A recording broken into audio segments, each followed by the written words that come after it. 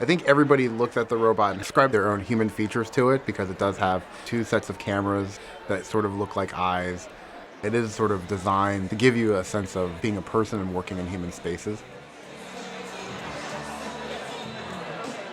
What we're really trying to do is get robots out of the lab and into use with people and figure out, how are robots going to be able to help people do more, accomplish more things, and also improve the quality of life of everybody across society.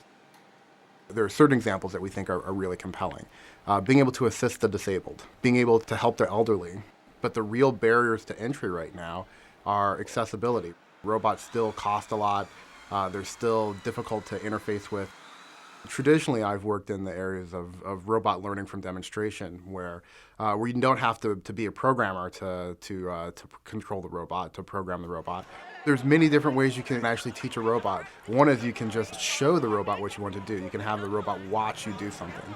That's really hard because the robot now has to track your movements and has to perceive what are the things that you're interacting with.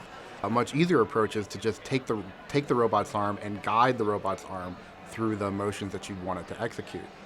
Another approach is to treat the robot as a remote control device. You take the robot's perspective and you're joysticking the robot through the actions you want it to execute. Once we do those demonstrations, our task is to take that data, apply machine learning and statistical techniques to it, such that we can extract essentially a mapping from what the robot sees at a given time to what action we want it to take. We'd love to make it based on what we call natural language commands. So that you can tell the robot, can you pick up that glass for me? And it would pick up the glass for you. I just want to show the Suitable Technologies Beam remote presence device. So I can access this system from anywhere around the world. So I was sitting right here where Aaron's sitting this morning. I was like, all right, I just want to go check in the lab. So I beamed into this system and essentially drove around my lab. I can just do this myself. In addition to not being reliant upon somebody to just be there to take the call, I can also affect physical change in the world, literally change the world. Robotics is really an extension of the information technology revolutions that we've had over the past few decades.